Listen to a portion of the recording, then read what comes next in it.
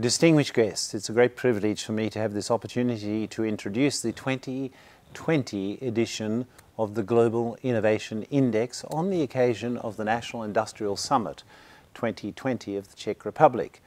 Let me start by extending my deep thanks to the government of the Czech Republic for organizing this event, and in particular may I pay tribute to and acknowledge the presence of Mr. Karel, His Excellency Mr. Karel Havlicek, the Deputy Prime Minister and the Minister for Industry and Trade and the Minister for Transport. Now, with the Global Innovation Index, what is the purpose of the Global Innovation Index? Well, we start, of course, knowing that innovation is widely recognized throughout the world. There is, I think, a consensus on this, that innovation is this central driver of economic growth and development.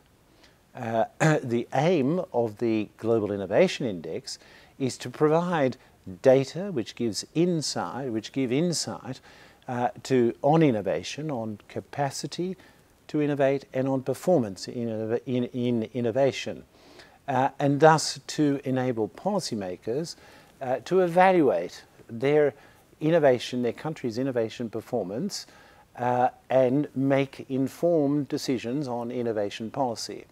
So in particular, I think there are three main effects of the GII.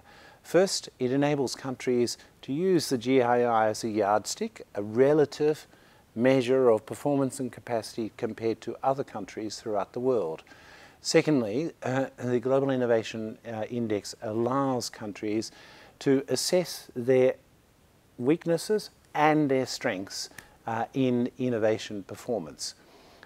They use that assessment to refine innovation policies as they go forward. And thirdly, we've seen that as a consequence of the Global Innovation Index, there's been a strong incentive for economies and countries to collect better data on innovation and to make better innovation metrics. And several economies we've noticed have achieved dramatic improvement in the availability of data on innovation.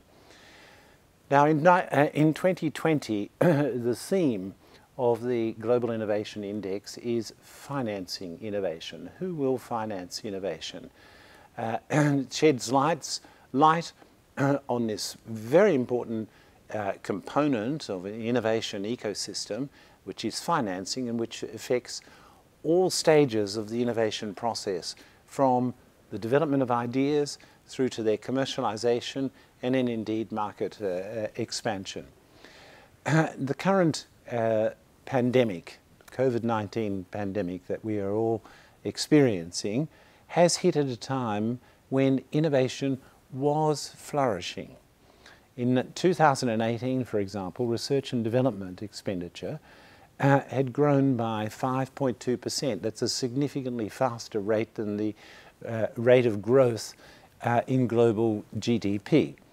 And we saw that at that stage, venture capital and intellectual property were at all-time highs in terms of demand and supply. The world is now, however, struggling to cope with the implications of the COVID-19 pandemic, and let me pause there to express my solidarity for all those who have suffered as a consequence of the pandemic, the widespread suffering throughout the world, and to express our gratitude to all the frontline workers, the health workers, the cleaners, and all of the other people engaged in the management of this pandemic throughout the world. We're truly deeply grateful to them. Now, in terms of the impact of the pandemic on this specific field of innovation, I think there is a true risk that innovation expenditures and the means to finance entrepreneurial ventures will spiral downwards as the global economy grinds to a halt or at least declines. According to the data that we've been able to assemble in the Global Innovation Index, the money available to fund innovative ventures is indeed drying up. The impact of this is going to be uneven, with the most negative effects felt by young firms, by research and development intensive startups which have longer term research interests because the science demands it, for example, and by startups in developing countries already facing a scarcity of innovation funding to begin with. So in the Global Innovation Index 2020, we are calling on business and policy leaders around the world to sustain innovation. Once the pandemic is brought under control, it's going to be crucial that support for innovation widens beyond health and that government innovation expenditure compensates for the possibility and probability of falling business investment in innovation. Now let me turn to the particular performance of the Czech Republic in the Global Innovation Index in 2020. As my colleagues will outline, the Czech Republic ranks 24th in the 2020 GII rankings, making it to the top 25 worldwide and consolidating itself as a global innovation leader. The Czech Republic continues to excel in a number of areas, particularly those relating to its manufacturing industries, with strengths registered in particular in its innovation ecosystem in knowledge absorption, knowledge impact and knowledge diffusion. It ranks amongst the global top 10